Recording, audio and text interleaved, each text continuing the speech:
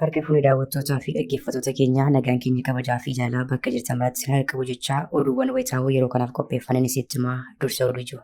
Asabiin humnaan deebifnaa mana daawwitii keessa dhaabbatanii dhagaa namatti darbatu riphee lolaa tokko inni funaanna afaan qawween haasofsiifnaa jechuun miidiyaalee faaruu bilxiginnaa dhiyeessan irratti torban darbe keessaa faaggaa hololaa hafuufaa kan turan qondaalli waraanaa bilxiginnaa tokko hidhiitiin isaanii ifoome. Qondaalli kun booji'amtummaa hojii guyyaa hawwisootii hanga muudama bilxiginnaatti nama gahan akka ta'etu himama bal'inaan kan ilaallu ta'a. Dhaabbileen addunyaa ibsa baasuun qaama impaayera Itoophiyaan geggeessa ofiin jedhu bilxiginnaa akeekkachiisuu itti fufaniiru. Hidhamtoonni siyaasaa waggootaaf hidhaa keessatti raarfamaa jiranii fi kanneen itti murtaa'e hatattamaan gadhiifamuu akka qaban dhaabbanni mirga namummaaf falmuu gaafate. Human Rights Watch ammoo ibsa baaseen walabummaan pireesii Itoophiyaa keessatti sadarkaa yaaddessaa irra jiraachuu ibsuun ogeeyyiin miidiyaa dararaa hamaaf saaxilamaa jiru jedhe. Gabaasni bal'aan isiniif dhiyaata.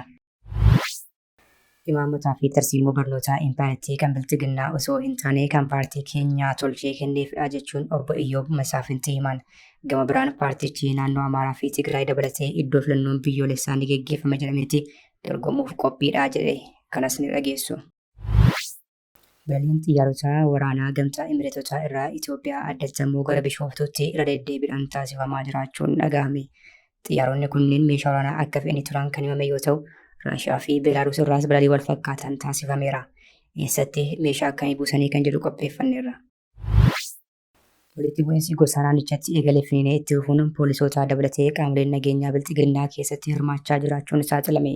Kunuutuu kanaan jiru ajajaan poolisii yoo ajjeefamu kanneen 18 ol ta'an ammoo to'annaa jala oolfamuun gabaafame. Labsiin daangaa yeroo fi sochiitti bira labsamus furmaata waaraa hin finne jedhame. Kan irrattis gabaasa bal'aa qopheeffanneerra. Toora YouTube chaanaalii kanaa subscribe, like, share taasisaa jechaan gara oduu bal'inaan qopheeffannetti sin dabarsa. Asabiin humnaan deebifannaa mana daawwitii keessa dhaabbatanii dhagaa namatti darbatu riphee lolaa tokko inni funaanna afaan qawween haasofsiisna jechuun miidiyaalee faaruu bilxiginnaa dhiyeessan irratti torban darbe keessa faaggaa afuufaa kan turan qondaalli waraanaa bilxiginnaa tokko iccitiin isaanii ifoome. Qondaalli kun booji'amtummaa hojii guyyaa hawwisootii hanga muudama bilxiginnaatti nama gahan akka ta'etu himama. Humnoonni impaayertii keessatti qabsoo hidhannoo geggeessaa jiran gantoota baandota jechuun arrabsaa fi maqaa balleessaa kan turan Jeneraal Baacaa dabalee ofii isaaniitii yeroo lola Eertiraa konkolaachisaa lammii Eertiraa ta'e qacaratanii turuu maatiin konkolaachisichaa himaniiru. Bara 1970 keessaa Shaabiyaadhaan booji'amanii hojii humnaa fi hawwisoo keessatti hirmaachaa kan turan Jeneraal Baacaan boodarra wayyaanee yoo OPDO bilxiltuu namoota carraa argatan keessaa tokko turani. Isa booda muuxannoo waraanaa gahaa hin qabdu jedhamuun dafanii soorama baanii taa'aa kan turan qondaalli waraanaa kun Abiyyi gaafa aangootti dhufuu namoota amanuu fi guddisee isaa keessaa tokko kan ta'e Baacaaf muudama kennuun kaaba impaayertiitti lola geggeessisaa ture. قبيصنا دمس يله ده يله يله مو مسمح رأي خاتي سبع الباج على بيله مستم جرانا لاتي حزوم خاتي يجي السوم كا Miidiyaan Eertiraa tokko tibbanaa gaaffii fi deebii taatoo beekamaa biyyattii Kifile Maariyaam Maabiraatuu fi haadha warraa isaanii wajjin taasiseen mucaan isaanii Naahom Kifile Maariyaam jedhamu konkolaachisaa Baacaa ta'uudhaan yeroo lolaa Tigraay hirmaachaa turuu himaniiru. Gaa'ela isaanii waggaa 30 ol ture keessattis yeroon akka rakkisan dabarsan yeroo kana akka ta'etu himame. Sababni isaanitti yaaddaa turaniif ammoo Baacaan fa'aa waan irratti gahumsa olaanaa waan hin qabneef mucaan koo salphaadhumatti leellamuu danda'a jennee yaada turre jedhaniiru. Bilxiginnaan dhiyeenya kanarra deddeebiidhaan garee finxaaliyyee faannoo fi TDF'n adda cimdoo jedhamu uummachuun mootummaa Eertiraa wajjin itti duulaa jiru jechuun michuu isaanii dura kana himataa jira. Dhaabbileen addunyaa ibsa baasuun qaama impaayera Itoophiyaan geggeessaa ofiin jiru bilxiginnaa akeekkachiisuu itti fufaniiru. Hidhamtoonni siyaasaa waggootaaf hidhaa keessatti raarfamaa jiranii fi kanneen itti murtaa'e hatattamaan gadhiifamuu akka qaban dhaabbanni mirga namummaaf falmuu gaafate. Human Rights Watch ammoo ibsa baaseen walabummaan pireesii Itoophiyaa keessatti sadarkaa yaaddessaa irra jiraachuu ibsuun ogeeyyiin miidiyaa dararaa hamaaf saaxilamaa jiru jedhe. Dhaabbanni falmaa mirga namummaa Itoophiyaa jedhamu ibsa tibbana afaan Amaaraan baaseen qaamni impaayertii geggeessaa jiruu fi namoota siyaasaa jumlaa hidharaa jiru hatattamaan gadhiisuu akka qabu waamicha dhiyeesse. Dhaabbatichi warri murteen itti darbes dhiifamaan akka gadhiifamuu qaban yaadachiisuun dirreen siyaasaas bal'achuu qabaa jedhe.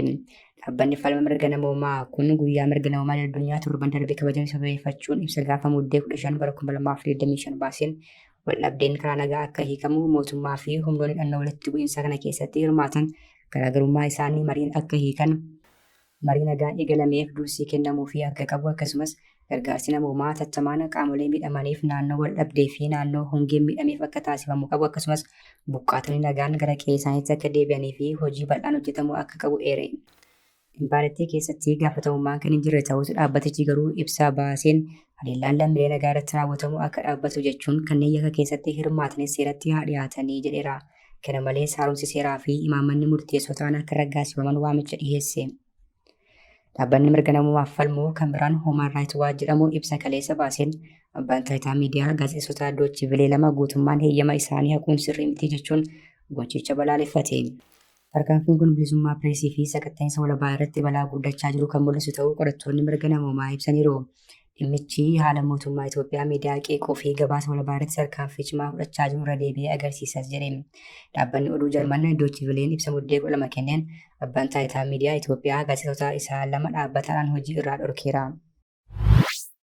Imaammataa fi tarsiimoon barnootaa impaayirtii kan bilchiginnaa osoo hin taane kan paartiin keenya tolchee kenneefidha jechuun obbo Iyyoomma Saafintii himan. Gama biraan paartichi naannoo Amaaraa fi Tigraay dabalatee iddoo filannoon biyyoolessaa ni geggeeffama jedhametti dorgomuuf qophiidha jedhe. Bilchiginnaan erga gara aangootti dhufee fi hoogganaa paartii EZEMA Biraanuu Naggaa ministeera barnootaa gochuun erga muudee hireen dargaggoota impaayirtii barnoota osoo hin taane lola beekumsa osoo hin taane diigumsa ta'uun kufaatii guddaa qaqqabsiiseera. Ofii isaanii baratanii kutaa 8ffaa kan hin xumurre qondaaltonni bilchiginnaa barattoota 94 fi isaa ol kuffisanii akka injifannootti yoo gabaasa dhiyeeffatan arguun ammoo hedduu nama qaanessa. Kutuu kanaan jiru qondaalli paartii EZEMA biraan obbo Iyyoomma Saafintii jedhaman imaammata barnootaa ammaa kan bocee bilchiginnaaf kenne nuyi warra EZEMaatii jedhaniiru. ያመኑበትን ሲሰሩ ነው የቆዩት። ስትራቴጂ ከመንደፍ ጀምሮ አሁን የተተገበሩት ተግባራት የኢዜማ ፖሊሲ ውስጥ አሉ ወይ የትምህርት ፖሊሲ ውስጥ ብላችሁ ሄዳችሁ ማየት ትችላላችሁ። ያልተገበርነው ይኖራል እንጂ ከተተገበረው ውስጥ የኢዜማ ፖሊሲ ውስጥ የሌለ የለም። ይሄንን ክሊር ማድረግ ያስፈልጋል። ስለዚህ የትምህርት ሚኒስቴሩን በዚህ ለመዝጋት ያህል የትምህርት ሚኒስቴሩን ፕላስ ደግሞ ከመንግስት ጋር መስራትን በግልጽ ለመዝጋት ያህል በጣም የምንኮራበት በሚቀጥለው ምርጫም የምንቀሰቀስበት ስራ ሰርተናል ብለን ነው የምናምነው በትምህርት ሚኒስቴር በኩል።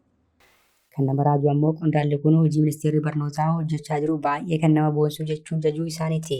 Ministeerri barnootaa barattoota 90 kuffisu, kan bara barnootaa barattoota irratti dabalu, kan baajata nyaataa fi barnootaa barataa fi barsiisaa irraa kutu, kan mana barumsaa kaampii waraanaa akka ta'uuf eeyyamu, yakkaan gaafatamuu osoo qabu akka hojii boonsaatti ilaalamuun saalfachiisaa ta'us mandara bilchiginnaatti qulqulluun yakkamaan qulqulluu, qajeelaan jallaan ammoo qajeelaa waan ta'eef isaaniif kun sirriidha. Hanga torbaffaa caatti qofa barachuun isaanii kan himamu duree olaanaan impaayirtiis manneen barnootaa akka hin ijaarree fi barattoota yuunivarsiitiif nyaataa fi doormii dhiyeessuu akka dhaaban irra deddeebiin dubbataa turan.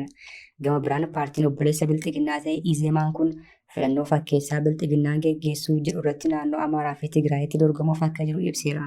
Paartichi bakka uummanni filannoo geggeessu malatti hirmaannaa jedhe. EZEMaan filannoo waggaa 5 dura geggeeffamee fi ABO fi KFO'n hirmaannu jedhanii keessaa obbaasan irratti kutaalee Oromiyaa iddoo tokkotti dorgomuuf yaalii godhee turuun ni yaadatama. Balaliin xiyyaarota waraanaa gamtaa Imaammataa irraa Itoophiyaatti addatti ammoo gara Bishooftuutti irra deddeebiidhaan taasifamaa jiraachuun dhagahame. Xiyyaaronni kunneen meeshaa waraanaa fe'anii kan turan yoo ta'u, Raashiyaa fi Beelaaruus irraas balii wal fakkaatan taasifameera. Sirni abbaa irree impaayirtii geggeessaa jiru qabeenyaa uummata hiyyeessaa saamuun biyyoota lixaa irraa meeshaalee waraanaa ammayyaa bitachuun lammiilee nagaa akka baalaatti harcaasuu itti fufeera.